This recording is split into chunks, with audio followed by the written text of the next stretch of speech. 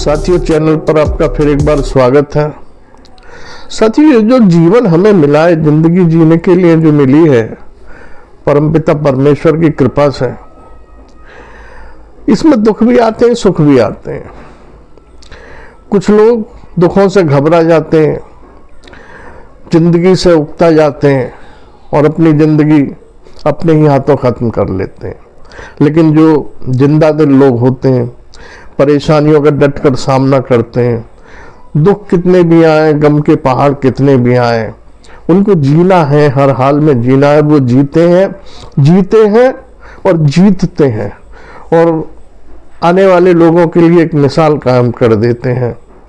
और मिसाल ये कि दुख कितना ही बड़ा हो, इंसान से बड़ा नहीं होता, इंसान की इच्छा शक्ति से बड़ा नहीं होता, इंसान के विश्वास से बड़ा नहीं होता, इंसान की हिम्मत से बड़ा नहीं होता।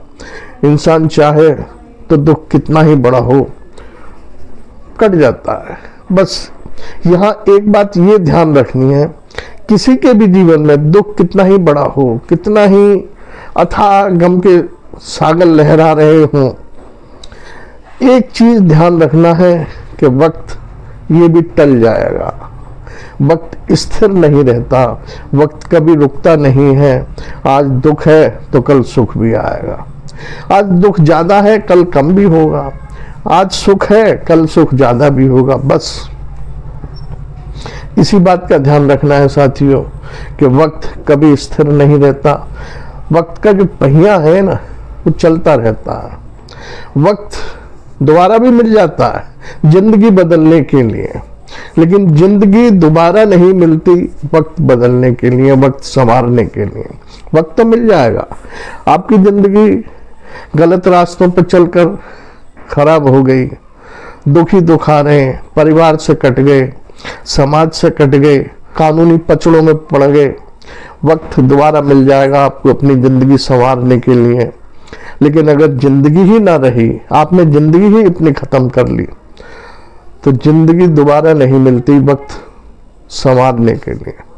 ये चीज हमें ध्यान रखनी है साथियों। मेरी तो आपसे यही अपील है कि आपके जीवन में कितना ही दुख आए, बिल्कुल ना घबराएं, हिम्मत ना हारें, चलते रहें अपने रास्तों पर। दुख धीरे धीरे धीरे धीरे कम होता चला जाएगा और फिर आप देखेंगे सुख का सवेरा आपके लिए दस्तक दे रहा है। साथियों, मैं यहाँ बात कर रहा हूँ एक 34 वर्षीय अतुल सुभाष की।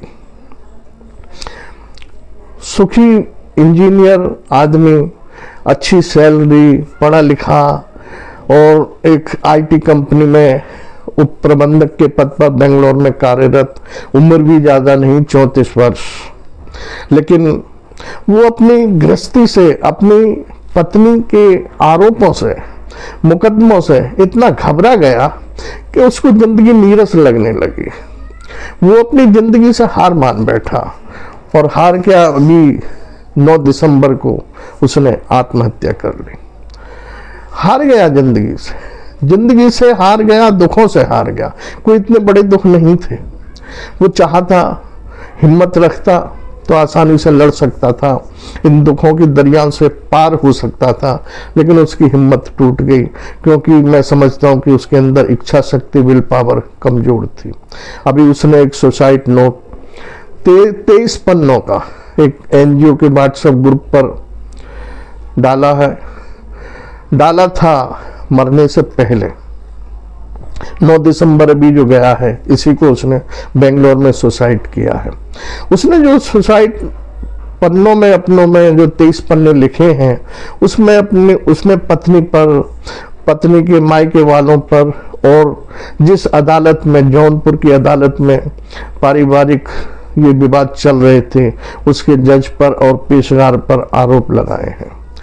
उस शख्स ने अपने सुसाइड नोट में बहुत ही मार्मिक शब्द लिखे हैं। उसने लिखा है कि मैं इस दुनिया में जीकर क्या करूंगा, जहां जज भी भ्रष्ट है, पेशकार भी भ्रष्ट है, अदालत भी भ्रष्ट है, भ्रष्टाचार कहीं पीछा नहीं छोड़ रहा। मेरी पत्नी ने मुझ पर झूठे आरोप लगाए हैं, मेरी ससुराल वालों ने मुझ पर झूठे दहेज के आरोप लगाए, मारपीट के झूठे आरोप लगाए हैं। मैं क्या करूं? मैं जिंदगी से परेशान हो चुका हूं। मुझे मेरे बेटे से भी अलग कर दिया। जो 4 साल का बेटा है उससे भी मुझे नहीं मिलने दिया जाता, मैं क्या करूं। और इन्हीं सब परेशानियों से जूझकर उसने आत्महत्या कर ली। ये अतुल सुभाष नाम का व्यक्ति जो सुसाइड कर लिया, इनकी पत्नी का नाम निकिता, जो उत्तर प्रदेश जौनपुर जनपद की थी। इनकी शादी जो हुई 26 जून 2019 को दोनों की शादी हुई। हंसी खुशी परिवार आगे बढ़ा और 20 फरवरी 2020 को इनके एक बेटा भी हुआ। और 17 मई 2021 को निकिता अपने बेटे को लेकर बेंगलोर से अपने मायके आ गई और उसने अपने मायके आकर जौनपुर की अदालत में ये आरोप लगा दिया कि मेरे ऊपर मारपीट की गई है, मुझे दहेज के लिए प्रताड़ित किया गया है, मुझसे 10 लाख रुपए मांगे गए और मुझे मानसिक स्तर पर इतना टॉर्चर किया जाता था कि मैं सह नहीं पाई, मेरे साथ मारपीट की जाती थी। जब अदालत में केस दर्ज हो गया और ये अतुल सुभाष बेंगलोर में सर्विस कर रहे थे, वहां संबंध पहुंचा तो तारीख पे आना स्वाभाविक बात है। तारीख पे तारीख वो अपनी नौकरी करे कि तारीख संभाले। यहाँ तक कि जो परिवार कोर्ट था जौनपुर का, फैमिली कोर्ट जो थी, वहाँ की जो जज थी वो भी एक महिला थी। उन्होंने भी उस महिला का ही पक्ष ज्यादा लिया और वार्तालाप जो जज से अतुल सुभाष की हुई थी वो उसने लिखा है अपने सुसाइड नोट में। जज साहिबा ने यहाँ तक कहा था कि तुम कंप्रोमाइज कर लो भाई, सेटलमेंट कर लो, निपटाओ इस केस को। तो अतुल ने कहा जी बहुत पैसे मांगते हैं, ये 3 करोड़ रुपए मांगते हैं, जबकि मैं 15 लाख रुपए तो इनको व्यवसाय करने के लिए दे चुका हूं, मैं 3 करोड़ कहां से लाऊंगा। तो जज साहिबा कहती है कि 3 करोड़ तुम्हारे पास होंगे, इतने पैसे होंगे तभी तो वो लोग मांग रहे हैं। यहाँ तक कि उनसे भी पैसे की डिमांड की गई पेशकार के द्वारा कि भाई हम इसको सेटलमेंट करा देंगे, निपटाओ।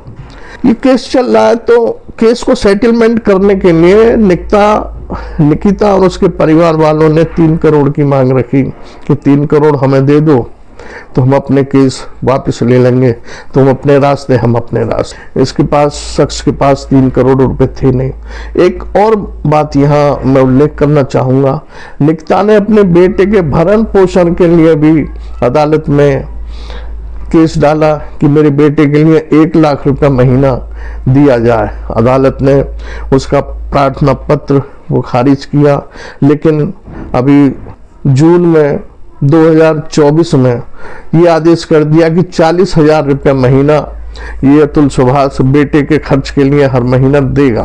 वो दे रहा था, लेकिन इसके बावजूद भी उसकी परेशानी कम नहीं हो रही थी। वो अंदर से मानसिक स्तर पर इतना टूट गया कि उसे अब जिंदगी जीने का कोई रास्ता या जिंदगी जीने का कोई लगाव ना रहा और उसने 9 दिसंबर को सुसाइड कर लिया। उसने सुसाइड पत्रों में कुछ और लिखा है। उसने लिखा है कि मैं उन लोगों से अनुरोध करना चाहता हूँ, प्रार्थना करना चाहता हूँ जो इस तरह की पत्नियों के सताए हुए हैं, भाई आवाज उठाओ। ये जो कल्चर बढ़ता जा रहा है पुरुषों के साथ, जो स्त्रियां इस तरह के झूठे आरोप लगाती हैं, अदालतों में जाती हैं, झूठे मुकदमे दर्ज कराती हैं, मारपीट का, दहेज का, इनके खिलाफ आवाज उठाओ। मैं तो जा रहा हूं इस दुनिया से, मैं इस दुनिया में जी नहीं सकता, लेकिन आप लोग संगठित हो। जो सताए हुए लोग हैं इस तरह की महिलाओं के द्वारा, वो सब एकजुट हो, संगठित हो और आवाज उठाएं।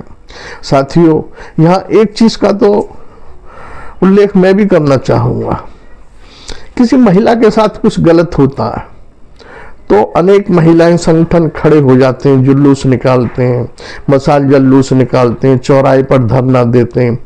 लेकिन अगर किसी पुरुष के साथ किसी महिला या उसके परिवार द्वारा गलत किया जाता है, झूठे आरोप लगाए जाते हैं, केस दर्ज किए जाते हैं, पुलिस से मार पिटाई कराई जाती है, उसकी बेइज्जती कराई जाती है, तो कोई भी संगठन उस पुरुष के लिए खड़ा नहीं होता। आखिर क्यों होना चाहिए? जब महिलाएं के लिए खड़ी हो सकती हैं तो पुरुषों को भी किसी पुरुष के साथ अत्याचार हो रहा है तो उसके समर्थन में आना चाहिए। इस देश में बहुत से ऐसे पुरुष हैं जो महिलाओं द्वारा सताए हुए हैं, जो अपनी आवाज़, अपना दर्द, अपना गम किसी से कह नहीं सकते। वो पत्नी के द्वारा सताए हुए हैं, गर्लफ्रेंड के द्वारा सताए हुए हैं, या लिव इन रिलेशन में जो महिला रही है स्वेच्छा से, उसके द्वारा सताए हुए हैं।